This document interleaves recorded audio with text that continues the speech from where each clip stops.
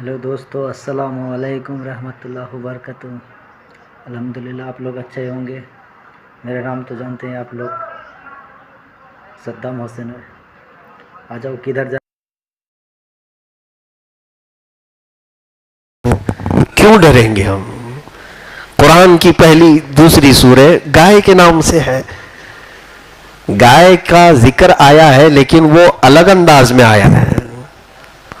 گائے کی پوجا کے اعتبار سے ذکر نہیں آیا ہے، اس کو کاٹنے کے لیے آیا ہے۔ کاٹنے کے اعتبار سے ذبح ہوئی تھی، لیکن کس لیے؟ کھانے کے لیے نہیں۔ جو قرآن پاک میں ہے وہ میں بتا رہا ہوں۔ ہوا یہ تھا کہ بنی اسرائیل میں ایک شخص کا قتل ہو گیا تھا۔ قتل ہو گیا تو لوگ اس کے جو خاندان والے تھے سب موسیٰ علیہ السلام کے پاس آئے۔ بڑا مالدار شخص تھا، پیسے والا تھا، لیکن کسی نے مرڈر کر دیا۔ آئے موسیٰ علیہ السلام کے پاس، کہا کہ اس کا قاتل ڈھونڈ کر کے بتائیے، کون مارا ہے معلوم نہیں۔ یعنی اس وقت بھی لوگ غیب کی باتیں پوچھنے کے لیے نبیوں کے پاس آیا کرتے تھے۔ قاتل کون ہے یہ معلوم کرنے کے لیے موسیٰ علیہ السلام کے پاس آئے۔ سیدنا موسیٰ علیہ السلام نے رب ذوالجلال کی بارگاہ میں یہ معاملہ رکھا کہ مولا میری قوم آئی ہے میرے پاس، میں ان کو قاتل کیسے بتاؤں کہ جو مرا ہے اس کو قتل کس نے کیا؟ اللہ تعالیٰ کی طرف سے حکم آیا۔ ایک بات یاد رکھے، اللہ تعالیٰ کے ہر حکم میں حکمت ہوتی ہے، بندے کے سمجھ میں آئے نہ آئے۔ مسلمان کا معنی بھی یہی ہوتا ہے، سر جھکا لینا۔ یہ مت پوچھو کہ کیوں یہ حکم دیا جا رہا ہے، یہ ہمارا کام نہیں ہے۔ اللہ نے فرمایا رکوع کرو، تم یہ مت پوچھو ایسا رکوع کیوں کیا جاتا ہے، الٹا کیوں نہیں کیا جاتا۔ یہ حکمت تمہارے جاننے کی ضرورت نہیں، وہ اللہ بہتر جانتا ہے۔ اب بنی اسرائیل جو قوم ہے وہ موسیٰ علیہ السلام کی قوم موسیٰ علیہ السلام کے پاس آئی تو اللہ تعالیٰ کا حکم ہوا، اے موسیٰ ان سے کہیں کہ ایک گائے ذبح کریں۔ کیا کریں؟ ایک گائے ذبح کریں۔ اور موسیٰ علیہ السلام نے جب کہا تو وہ کیا کہنے لگے؟ اتتخذون ہزوا، اے موسیٰ آدمی مرا ہے اور آپ کہہ رہے ہیں گائے ذبح کرو؟ ہم قاتل پوچھنے کے لیے آئے اور آپ گائے ذبح۔ گائے سے قتل ہونے والے کا کیا تعلق ہے؟ کچھ سمجھ میں آتا ہے؟ نہیں سمجھ میں آ رہا ہے۔ مثال کے طور پر اگر کوئی میرے پاس آیا، آنکھ میں درد ہو رہا ہے، بہت تکلیف ہو رہی ہے، اگر میں اس کو چپل دے دوں تو وہ غصے میں آ جائے گا۔ میں آنکھ درد کی شکایت لے کر کے آیا ہوں اور آپ مجھے چپل پہنا رہے ہیں۔ ہاں، یہ حکیم حکمت جانتا ہے۔ ایسا ہوا بھی تھا، شیخ سعدی رحمۃ اللہ علیہ نے فرمایا ہے کہ ایک شخص آیا حکیم کے پاس پیٹ درد لے کر کے، تو حکیم اس کی آنکھ میں انجیکشن کرنا چاہ رہا تھا۔ تو کہا یہ کیوں؟ میں پیٹ کے درد کی شکایت لایا ہوں، آپ آنکھ میں علاج کر رہے۔ کہا کیا کھایا تھا؟ کہا جلی ہوئی روٹی۔ کہا اسی لیے آنکھ میں انجیکشن کر رہا ہوں تاکہ دیکھ کے کھایا کرے۔ تو حکیم جانتا ہے کس کام کی کیا حکمت ہے۔ اب یہاں پر آدمی مرا ہے، اللہ نے حکم کیا دیا؟ ایک گائے ذبح کرو۔ لوگوں کو چاہیے تھا پوچھے نہ، کر دیتے ذبح، اللہ بہتر جانتا ہے۔ لیکن انہوں نے سوال کیا، اے موسیٰ کیا مذاق تو نہیں کر رہے آپ؟ موسیٰ علیہ السلام نے کیا کہا سنیے، اعوذ باللہ ان اکون من الجاہلین، اللہ کی پناہ میں جاہلوں میں سے نہیں ہوں۔ اس کا مطلب کیا ہوا؟ مذاق کرنے والا جاہل ہوتا ہے۔ انبیاء کرام علیہ السلام مذاق نہیں کرتے کیونکہ وہ رشد و ہدایت کے علمبردار ہوتے ہیں، وہ کبھی مذاق نہیں کرتے۔ اب سنیے، جب انہوں نے یہ حضرت موسیٰ علیہ السلام کا جلال سنا تو کہا ٹھیک ہے ہم ذبح کر دیں گے، لیکن یہ پوچھئے کیسی گائے ذبح کریں۔ اب انہوں نے سوال کیا، اللہ نے فرمایا قالوا ادع لنا ربك يبين لنا ما هي قال انه يقول انها بقرة لا فارض ولا بكر عوان بين ذلك فافعلوا ما تؤمرون۔ جب انہوں نے کہا اے موسیٰ اللہ سے پوچھو کہ کیسی گائے ذبح کرے، رب نے فرمایا ایسی گائے جو بچی بھی نہ ہو، بوڑھی بھی نہ ہو، بالکل جوان ہونی چاہیے۔ ٹھیک ہے ذبح کر دیں گے۔ پھر وہ ڈھیٹ قوم تھی، پھر پوچھا انہوں نے اے موسیٰ آپ پوچھ لیں رنگ کیسا ہونا چاہیے گائے کا؟ اللہ نے پھر حکم نازل فرمایا بقرۃ صفراء فاقع لونها تسر الناظرین، بالکل پیلے رنگ کی گائے ہونا چاہیے، ڈبڈباتی رنگت کی، دیکھنے والوں کو بھا جائے۔ پیلے رنگ کی گائے دیکھا آپ نے؟ اب حکم آیا ہے، جب پوچھو گے زیادہ تو حکم آئے گا، نیلا بھی ہو سکتا ہے، ہرا بھی ہو سکتا ہے، پیلا بھی ہو سکتا ہے۔ اب حکم آیا اس پر، ان کو ایک تو جوان گائے چاہیے، دوسری اب پیلی گائے ذبح کرنا ہے۔ جتنے سوال کرتے جاؤ گے مشکل میں بڑھتے جاؤ گے۔ پھر ان لوگوں نے کہا اے موسیٰ ہم کو شبہ ہو رہا ہے، ذرا یہ بھی پوچھ لیجئے وہ گھر والی چاہیے یا کھیت والی چاہیے۔ اب حکم آ گیا بقرۃ لا ذلول تثیر الارض ولا تسقی الحرث مسلمۃ لا شیۃ فیہا، اللہ نے فرمایا ایسی گائے جو کبھی کسی کھیتی میں کام نہ کی ہو اور کبھی کسی کے ہاں پلی ہوئی بھی نہ ہو، ایسی گائے ذلول، یعنی وہ کام کرائی ہوئی گائے نہیں ہونا چاہیے اور نہ کھیتی باڑی کی ہوئی جو ہل جوتتے ہیں۔ تو اب ایسی گائے لے کر کیا ہو؟ موسیٰ علیہ السلام کے پاس انہوں نے 3 سوال کیے، 3 بار میں اور بڑھا دیے۔ اللہ تعالیٰ فرماتا ہے کہ فَذَبَحُوهَا وَمَا كَادُوا يَفْعَلُونَ، وہ تو ذبح کرنے والے لکھتے نہیں تھے، جس کو کام نہیں کرنا ہوتا وہ بار بار سوال کرتا ہے، زیادہ پوچھتا وہی ہے جسے کرنا نہیں ہوتا ہے۔ بہرحال اب ایسی گائے ان کو ڈھونڈنا تھا۔ اب اللہ کی حکمت دیکھیں، ذبح ہونے والی گائے سے قتل ہونے والے کے قاتل کا کیسے پتہ چلے گا؟ اللہ تعالی حکمتوں کو ایسے جوڑتا ہے، کبھی کسی کام سے کسی کو نفع پہنچاتا ہے اور اسی کام سے کسی کو ذلیل بھی کرتا ہے۔ یہ قوم ڈھونڈتی رہ گئی، کوئی گائے کہاں ملے گی ایسی؟ دنیا میں کوئی گائے ایسے ملے؟ ہاں، اتفاق ایسا تھا کہ بنی اسرائیل میں ایک نیک شخص تھا، بڑا پرہیزگار تھا، اور اس کے گھر میں ایک چھوٹی سی بچیا گائے کی، ایک چھوٹی سی بچیا تھی۔ اب اس کو وہ پال رہا تھا اور اچانک بیمار ہو گیا۔ بیمار ہونے کے بعد اسے ایسا لگا، اس کا اکلوتا چھوٹا سا بیٹا تھا گود میں کھیلنے والا، سوچا میرے بیٹے اور میری بیوی کی پرورش کا ذمہ کون لے گا؟ اس نے یہ سوچا کہ اب میں بیمار ہوں، موت کے قریب سے قریب جا رہا ہوں، اپنی اس گائے کی چھوٹی سی بچیا کو لے کر جنگل میں آیا اور چھوڑ دیا۔ کیا کہہ کر کے اے اللہ میں یہ تجھے دے رہا ہوں، یہ میں تیرے حوالے کر رہا ہوں، میرا بچہ جب جوان ہو جائے تو یہ گائے اسے بڑی کر کے تو لوٹا دینا۔ یہ توکل کیسا تھا لوگوں کا، یہ یقین کیسا تھا کہ میرا بچہ گود میں کھیل رہا ہے ابھی میری بیوی کے، جب وہ جوان ہو جائے تو اس گائے کو بڑا کر کے تو لوٹا دے۔ اللہ پر توکل کرنے والے کا صلہ کیا ہوتا ہے یہ بھی سن لیجئے۔ اللہ اکبر، رب ذوالجلال نے اس گائے کی بچیا کو ایسے پرورش کی، ایسے پرورش کی، وہ گائے جب بڑی ہوئی، پوری دنیا میں وہ تنہا گائے تھی جو کسی کی کھیتی میں کام نہیں کی تھی، کسی نے اسے پالا نہیں تھا، صرف اللہ نے پالا تھا، خود سے چر کے بڑی ہوئی تھی، اور پھر اس کا رنگ بھی بالکل پیلے کلر کا تھا، اور وہ نہ بہت بچی تھی نہ بوڑھی تھی، بالکل جوان۔ یہ دنیا میں ایک ہی گائے تھی، وہ شخص تو انتقال کر گیا جس نے اس گائے کو اللہ کے حوالے کیا تھا، انتقال کر گیا۔ اور پھر کئی سال کے بعد یہ اس کا بیٹا جب جوان ہوا تو اس کی ماں نے کہا بیٹا تیرے ابا نے ایک گائے کی بچیا کو جنگل میں چھوڑ دیا تھا، اللہ کے حوالے دے کر کے آئے، اور انہوں نے مجھے بتایا تھا کہ جب بیٹا جوان ہو جائے تو اسے جنگل میں فلاں جگہ بھیجنا اور اللہ سے وہ گائے واپس مانگ لینا، اسے مل جائے گی۔ کتنا یقین تھا ان لوگوں کو، اہل اللہ یہی ہوتے ہیں۔ جب بیٹا جوان ہوا تو ماں نے کہا بیٹا جا جنگل میں۔ یہ جوان لڑکا جنگل میں آیا، اپنے صالح باپ، نیک باپ کا یہ وارث تھا، اللہ کو یوں ندا دینے لگا، اے رب کریم میرے باپ نے تیری بارگاہ میں ایک چھوٹی سی بچیا چھوڑی تھی اور تیرے حوالے کر کے وہ دنیا سے چلا گیا تھا، اگر وہ گائے اب جوان ہو چکی ہے تو مجھے لوٹا دے۔ وہ ابھی ہاتھ اٹھا ہی رہا تھا کہ وہ بالکل فربا صحت مند تندرست گائے اس کے سامنے آ گئی۔ کتنے سالوں کے بعد رب ذوالجلال نے ہو بہو اسی طرح اس گائے کو لوٹایا. وہ قادر مطلق ہے. انہو علی رجعہ لقادر.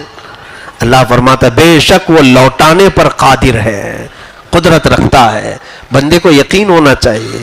آج خیرات دے کر کے بھی لوگوں کو شک ہوتا ہے پہنچے گا کہ نہیں پہنچے گا، ملے گا کہ نہیں ملے گا. اللہ کے حضور دے کر کے دیکھو، اس طرح سے انویسٹ اس میں بھی کرو. رب ذوالجلال میں تجھ پر یقین کرتے ہوئے یہ چیز تیرے حوالے کر رہا ہوں. جب میرے گھر میں فاقہ آ جائے تو مجھے یہ لوٹا دے. دیکھنا پھر مولا لوٹائے گا کہ نہیں لوٹائے گا. یقیناً لوٹائے گا. قرآن کا حکم ہے، جھوٹ نہیں ہو سکتا. وہ گائے مل گئی. وہ نوجوان لڑکا گائے کو لے کر کے اپنی ماں کے پاس آیا. کہا بیٹا فاقے چل رہے ہیں گھر میں، جا بازار میں بیچ آ، لیکن بیچنے سے پہلے جب سودا طے ہو جائے تو مجھ کو ضرور بتانا. بیٹا بھی فرما بردار تھا. باپ جب نیک ہوتا ہے تو اولاد کو کیسا صلہ ملتا ہے، اولاد پر بھی اس کی تاثیر آتی ہے. بازار میں ماں سے پوچھ کر کے گیا کہ کتنی قیمت لگاؤں. ماں نے کہا 6 درہم میں بیچ دینا. 6 درہم میں شاید ان کا مہینہ بھر گزارا ہو سکتا تھا. 6 درہم اس نے قیمت لگائی. بازار 2 حسین نوجوان آئے. انہوں نے کہا گائے بڑی اچھی ہے، کتنے میں بیچو گے؟ اس نوجوان نے کہا 6 درہم میں.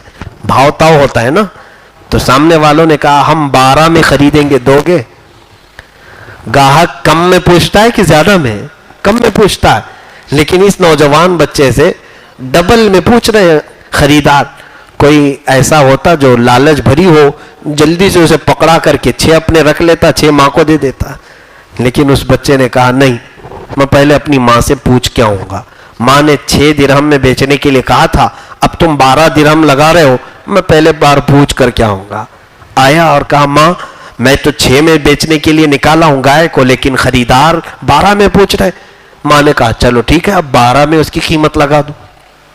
گیا بازار میں 12 کی قیمت جب لگایا اس کی، تو پھر 2 نوجوان اس کے پاس آئے. کہا گائے بڑی اچھی ہے، کیا ہمیں یہ 24 میں دے دو گے؟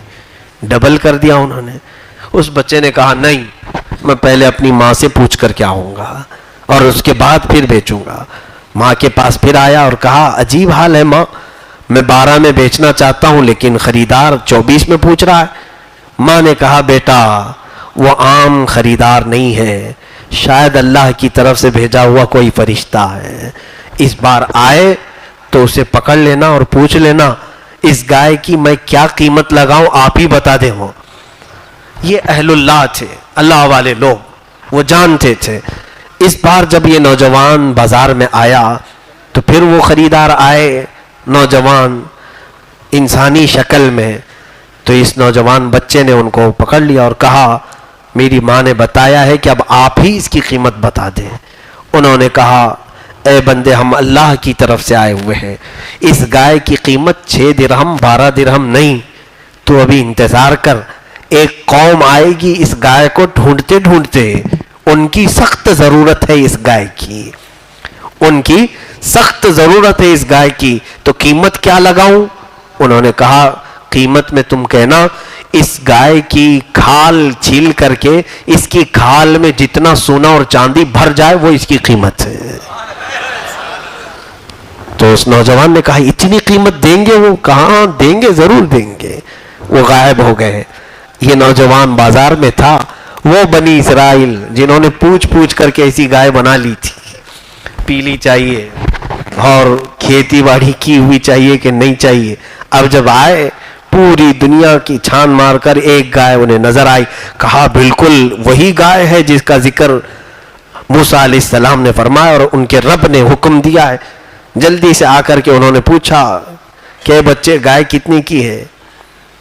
تو سنبھل کر کے اس نے ریٹ بتایا کہ گائے تم سب کو خریدنا ضروری ہے. کہا ہاں، ہم یہاں سے اس وقت تک نہیں جائیں گے جب تک تو بیچے گا نہیں. کہا میرے گائے کی قیمت یہ ہے کہ اس کی کھال بھر کر سونا اور چاندی آ جائے. ظاہر سی بات ہے دنیا میں ایک ہی گائے تھی، اس کی قیمت بھی تو ہونی چاہیے. تو وہ منہ بسور کر کے رہ گئے. کہا ارے بھائی اتنا بھی تو زیادہ نہ کرو. ظاہر سی بات ہے اب اللہ کا حکم تھا، ایک طرف ایک صالح گھر کو اللہ نفع پہنچا رہا ہے اور ایک ضدی قوم کو ذلیل بھی کر رہا ہے. اسی ایک چیز کے ذریعے سے. تو اب وہ لوگ بڑے منت سماجت کے بعد پھر تیار ہو ہی گئے. وہ لڑکا دینے کو تیار نہیں تھا. آخر وہ سب پورا مال جمع کیے. کون سا مال جانتے ہیں؟ جو قتل ہو چکا تھا بیچارہ, بڑا مالدار آدمی تھا, اس کا قاتل معلوم کرنا تھا. کون ہے قاتل؟ تو اسی کا پورا مال جمع کر دیا گیا. جس کا مرڈر ہوا ہے اس کا پورا مال جمع کیے تو وہ گائے کی کھال بھر کر کے ہو گیا سونا چاندی. اب جمع کر کے اس کو دیا گیا, اس بچے نے دے دیا, لے جاؤ گائے. اب گائے کا کرنا کیا تھا؟ اتنی مہنگی گائے, بہت مہنگی گائے تھی. اب حکم دیکھے اللہ تعالیٰ کا. اللہ تعالیٰ نے حکم فرمایا فَقُلْ نَضْرِبُوهُ بِبَعْضِهَا. اللہ فرماتا ہم نے کہا, اب تفسیر میں ہے کہ گائے کو ذبح کرو, ذبح کرو, پہلے اس کو ذبح کرو. اور اللہ فرماتا وَمَا كَادُوا يَفْعَلُونَ, ذبح کرنے والے لگ نہیں رہے تھے. پالا ہوا بکرا جلدی کوئی قربانی میں ذبح نہیں کر پاتا, بہت خرچہ کیا ہوں. یہ تو سونا چاندی دے کر کے لائے ہوئے تھے, دل بسور رہا ہوگا. ذبح کر دیا. اب حکم آیا رب تعالیٰ کا کہ اس کی پونچھ لے کر, اس کی دم لے کر وہ مرے ہوئے آدمی کے اوپر مارو. اب وہ مرے ہوئے آدمی کو انہوں نے اس کی پونچھ لے کر کے مارا, وہ زندہ ہو گیا. جس کا قتل ہوا تھا وہ زندہ ہو گیا. وہ اٹھا اور اٹھ کر کے بولا کہ مجھے میرے چچیرے بھائی نے قتل کیا اور میرا مال لینے کے لیے اس نے ایسا کیا, اکیلے میں مجھے قتل کر دیا. اب حکم تھا جس نے جس کو قتل کیا قصاص ہے, جان کے بدلے جان. تو ساری قوم تیار ہو گئی, موسیٰ علیہ السلام کے پاس آئے, کہا جس بھائی نے اس کو قتل کیا تھا مال ہڑپنے کے لیے, اس کو بھی لایا گیا اور قتل کر دیا گیا, قصاص. اور مال آلریڈی گائے کو دے دیا گیا تھا, بچا کچھ بھی نہیں تھا بنی اسرائیل کے پاس. اب یہاں پر کچھ چیزیں حکمتیں سمجھنے کی ہیں. اللہ رب العزت نے جو یہ حکم فرمایا, ہو سکتا ہے لوگوں کے ذہن میں آئے زندہ ہی گائے کی پونچھ لے کے مار دیتے, تو نہیں, ان سے ذبح کروایا گیا. بہت مہنگی گائے ہے, جب کسی مہنگی چیز کو ذبح کرو گے تو کوئی زندہ چیز بھی تمہیں نظر آئے گی. اپنے دل کے اندر جو غبار ہے اس کو جب ذبح کرو گے تو اللہ کے مشاہدات دیکھنے کو ملیں گے. اور یہ سب چیزیں اپنے اندر باقی رکھ کر کے تم چاہو گے کہ قدرت کے عجائبات دیکھو, نہیں ملیں گے. اب صوفیہ اکرام فرماتے ہیں اس سے درس یہ حاصل کرنا چاہیے کہ ایک مہنگی گائے اللہ نے ذبح کروایا, کس کے لیے؟ ایک قاتل معلوم کرنے کے لیے. کیسے یہ مرا ہے, اس کا قاتل کون ہے یہ معلوم کرنے کے لیے بہت مہنگی گائے ذبح کروایا. صوفیہ اکرام فرماتے ہیں اے بندے, اگر تو بھی یہ دیکھنا چاہے کون تجھے آج ذلیل کیا ہے, کون تجھے آج گمراہ کر رہا ہے, کون ہے وہ جو تجھے گناہوں پر لے جا رہا ہے, کون ہے جو تیرے دل کو مردہ کیا ہوا ہے, اس کو جاننا ہے تو پھر تم اپنے لیے جو بہت کچھ مہنگے گناہ جمع کر کے رکھے ہو ان کو ذبح کرو, تمہارا قاتل خود معلوم پڑ جائے گا. تمہیں کون گمراہ کر رہا ہے وہ ابلیس لعین سامنے نظر آئے گا. لیکن پہلے اپنی خواہشات کو قتل کرنا ہوگا. تو یہ جو گائے کا ذکر آیا ہے جس کے ذبح کرنے کے بعد قاتل کا پتہ چلا, اس لیے اس سورے کا نام کیا ہوا ہے؟ سورہ بقرہ, گائے والی سورہ ہے. بہرحال گائے کے احکام پھر کبھی عرض کیے جائیں گے. اس سورے میں بہت ساری اور باتیں, جیسے آدم علیہ السلام کی پیدائش کا ذکر ہے کہ کیسے آپ کو پیدا کیا گیا, پھر بنی اسرائیل پر اللہ نے کیا کیا نعمتیں اتاری ان کا ذکر ہے, پھر ہاروت ماروت 2 فرشتوں کا ذکر ہے جن کو اللہ نے آزمائش کے لیے اتارا تھا, انہیں جادو سکھا کر کے دنیا میں بھیجا گیا تھا. تو یہودیوں کے بیچ میں وہ آتے تھے, یہودی سب سے زیادہ ان سے جادو سیکھتے تھے, جادو سیکھنے کی کوشش کرتے. وہ فرشتے کہتے بھی تھے انما نحن فتنۃ فلا تکفر, ہم تو برائے آزمائش اتارے گئے ہیں, تم کفر مت کرو. لیکن وہ یہودی کون سا جادو سیکھتے تھے؟ فَيَتَعَلَّمُونَ مِنْهُمَا مَا يُفَرِّقُونَ بِهِ بَيْنَ الْمَرْءِ وَزَوْجِهِ, ان سے وہ شوہر اور بیوی کے درمیان نفرت ڈالنے والی جادو سیکھتے تھے. کون سیکھتے تھے؟ یہودی. بنی اسرائیل روزانہ ان سے جادو سیکھتے تھے اور پھر لوگوں پر وہ امپلیمنٹ کر کے دیکھتے تھے, ٹرائل کر کے دیکھتے تھے, لوگوں کو الگ کرتے تھے. جوڑے نفرت میں تبدیل کر دیتے تھے. وَيَتَعَلَّمُونَ مَا يَضُرُّهُمْ وَلَا يَنْفَعُهُمْ. اللہ فرماتا ہے ان فرشتوں سے یہ لوگ وہی سیکھتے تھے جو ان کو ضرر دے, تکلیف پہنچانے والی چیزیں, نفع والی چیز کوئی نہیں سیکھتے تھے. اب ضرر دینے والی, جادو ہے ہی تکلیف دینے کے لیے, جادو حلال نہیں ہے, حرام ہے. اسلام میں جادو کے لیے یہ کہا گیا, بعض صوفیاء کرام نے فرمایا جس نے جادو کیا سیکھا وہ زندیق ہے, اسے توبہ کی بھی توفیق نہیں دی جائے گی. اندیشہ ہے کہ کفر پر اس کی موت ہو جائے گی, اندیشہ ہے کہ وہ کافر مرے گا, جادو کے قریب بھی نہ جائے. مسلمانوں کا اس سے کیا تعلق؟ لوگ اپنی بھڑاس نکالنے کے لیے بعض جادوگروں کے پاس جاتے ہیں, جوتیشوں کے پاس جاتے ہیں, باباؤں کے پاس جاتے ہیں. ان کے متعلق کہا ہے, بزرگوں نے فرمایا جو جادو کرتا تھا یا کراتا تھا, مر جانے کے بعد اس کی قبر کھود کر کے دیکھیں, اس کی قبر میں خنزیر نکلے گا, اس کی شکل خنزیر کی بنا دی جائے گی اور اس کا چہرہ قبلے سے پھیر دیا جائے گا, قبلے کی طرف سے اس کا چہرہ ہٹا دیا جائے گا. جادو سیکھنے کا کام تو یہودی کرتے تھے, مسلمانوں میں اس کا کوئی تصور ہی نہیں ہونی چاہیے.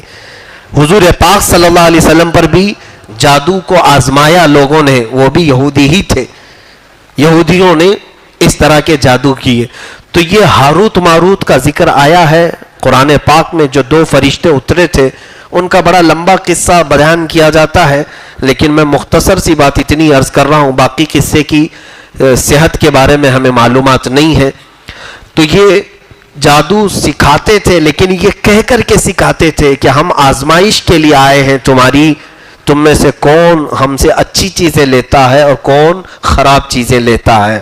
تو اس طرح سے یہودیوں نے جادو کو اتنا پھیلایا تھا کہ پھر سیدنا سلیمان علیہ السلام جب تشریف لائے تو ان کے سارے جادو کی کتابیں جمع کیا, سارے جادو جو یہ کرتے تھے, بڑا فتنہ مچا کر کے رکھا تھا انہوں نے پوری دنیا بھر میں, سب جمع کر کے انہوں نے اپنی کرسی کے نیچے دفن کر دیا. حضرت سلیمان علیہ السلام سب کرسی کے نیچے دبا دیا اور اس پر آپ بیٹھتے تھے. کس کی مجال, کس کی ہمت کہ سلیمان علیہ السلام کی کرسی کو ہلا کر کے دکھائے, کوئی قریب نہیں آتا تھا. حتیٰ کہ آپ کی وفات کے بعد بھی اس کرسی کے نیچے کیا ہے وہ کھود کر کے دیکھ نہیں سکے. اب میں آپ کو جوڑتا ہوں اس بات سے جو کرنٹ پوزیشن ہے آج یہودیوں کی. ہیکل سلیمانی, سلیمان علیہ السلام نے جو بنایا تھا, جس کو آج 3rd ٹیمپل کے نام سے یہ بنانے جا رہے ہیں, مسجد اقصی جہاں پر ہے بیت المقدس, ان کا کہنا یہی ہے کہ یہاں پر ہیکل سلیمانی تھا جس کے اندر سلیمان علیہ السلام نے جادو کی ساری کتابیں دفن کی تھی. جانتے ہیں اس وقت اسرائیل کئی فٹ نیچے وہ لوگ کھدائی کر رہے ہیں, مسجد اقصی کے آس پاس سب کھدائی کر چکے ہیں اور انڈر گراؤنڈ کھود رہے ہیں اور دنیا کو کیا بتا رہے ہیں, ہم پرانے آثار ڈھونڈ رہے ہیں, پرانے آثار ہم دیکھ رہے ہیں کہ پہلی کی قومیں یہاں پر آباد تھیں تو ان کی کچھ چیزیں مل جائیں. جھوٹ ہے, میں آپ کو بتاؤں یہ جادو کی وہ کتابیں ڈھونڈ رہے ہیں جو سلیمان علیہ السلام نے لے کر اپنی کرسی کے نیچے دفن کیا تھا. پھر بھی بچا کر کے جو جادو ان کے ہاتھوں لگا, اس کی بھی اتنی موٹی کتاب ہے آج یہودیوں کے پاس جس کا نام کبالہ ہے. سرچ کر کے دیکھنا آپ, یہ مقدس کتاب یہودیوں کے ہاں. ہم جیسے قرآن عظیم کو مقدس مانتے ہیں, یہ اپنے اعتبار سے کئی چیزوں کو مقدس مانتے ہیں. تلمود ہے, اولڈ ٹیسٹمنٹ ہے, نیو ٹیسٹمنٹ ہے, تورات, انجیل, زبور, یہ تمام چیزوں کے ساتھ ساتھ ایک کتاب ہے کبالہ جس میں صرف اور صرف جادو ہی لکھا گیا ہے, جادو کی تمام تعلیمات. پوری دنیا بھر میں یہ جادو پر ایکسپیریمنٹ کرتے رہتے ہیں, یعنی تجربات کرتے رہتے ہیں یہودی. تو جادو ان کے ہاں مقدس ہے. حتیٰ کہ آپ نے سنا ہوگا ہیپناٹزم, سامنے والے کو مسحور کر دینا, آنکھوں میں آنکھیں ڈال کر کے اس کو سن کر دینا اور پھر جو ڈائریکشن دے اس پر وہ چلتا پھرتا ہے. ہیپناٹزم یہ بھی سب جادو کے عملیات میں سے ہے. یہ ساری چیزیں یہودیوں نے آج پوری دنیا میں, اس سے قبل بھی میں نے بتایا تھا کہ 1-2 نہیں, ہمارے بزرگوں نے, بعض بزرگوں نے یہاں تک بھی فرمایا ہے کینسر کوئی بیماری نہیں, یہ بھی ان کا چھوڑا ہوا جادو ہے. جادو کے طریقے سے ان لوگوں نے کئی بیماریاں بھی ڈالی ہیں لوگوں کے اندر. ہمارا تو عقیدہ ہے بیماری اللہ کی طرف سے آتی ہے، لیکن فساد مچانے کا کام یہ کرتے ہیں. کئی بیماریوں کو بھی انہوں نے نئے انداز سے لوگوں کے درمیان چھوڑا ہے جادو کے ذریعے سے. کارٹون نیٹ ورک میں پورا کا پورا جادو ان لوگوں نے چھوڑ رکھا ہے. جو بچے جادو کا یہ کارٹون دیکھتے ہیں ان کا ذہن ایسے مسحور کر دیا جاتا ہے کہ وہ اسی میں مگن ہو کر رہ جاتے ہیں. کارٹون کے جب فلمیں یہ بچے دیکھتے ہیں تو اس سے ہٹ نہیں پاتے. کیا وجہ ہے؟ اس میں بھی جادو کر کے رکھا گیا ہے. ہر جو ایک شکل آتی ہے اس میں کچھ ڈاٹس ہوتے ہیں جس کو دیکھتے ہی بچہ اس کی طرف مائل ہو جاتا ہے. کئی چیزیں انہوں نے دنیا میں پھیلا کر کے رکھا ہے.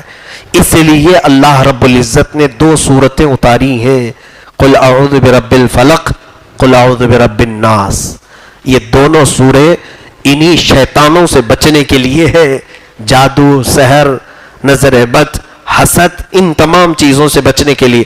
تو آج کی اس تفسیر میں یہ تنبیہ کرتا جاؤں گا، ہر دن ہر گھر میں بچہ ہو، جوان ہو، بوڑھا ہو، عورتیں ہو، مائیں ہو، بہنیں ہو، سارے لوگ فجر میں سورہ فلق قل اعوذ برب الفلق اور سورہ ناس قل اعوذ برب الناس 3 مرتبہ پڑھ کر اپنے دونوں ہتھیلیوں پر دم کرے اور اپنے چہرے پر اور اپنے بدن پر جہاں تک ہاتھ جائے مل لے. انشاءاللہ العزیز وہ دن پورا مولا ان کے جادو سے تمہاری حفاظت فرمائے گا. اللہ رب کریم سورہ بقرہ میں موجود سارے مضامین کو ہمیں سمجھنے کی توفیق عطا فرمائے، اس پر ہمیں عمل کی بھی توفیق عطا فرمائے. رب ذوالجلال قرآن عظیم کو سہولت کے ساتھ آسانی سے پڑھنے کی توفیق عطا فرمائے. وآخر دعوانا ان الحمدللہ رب العالمین.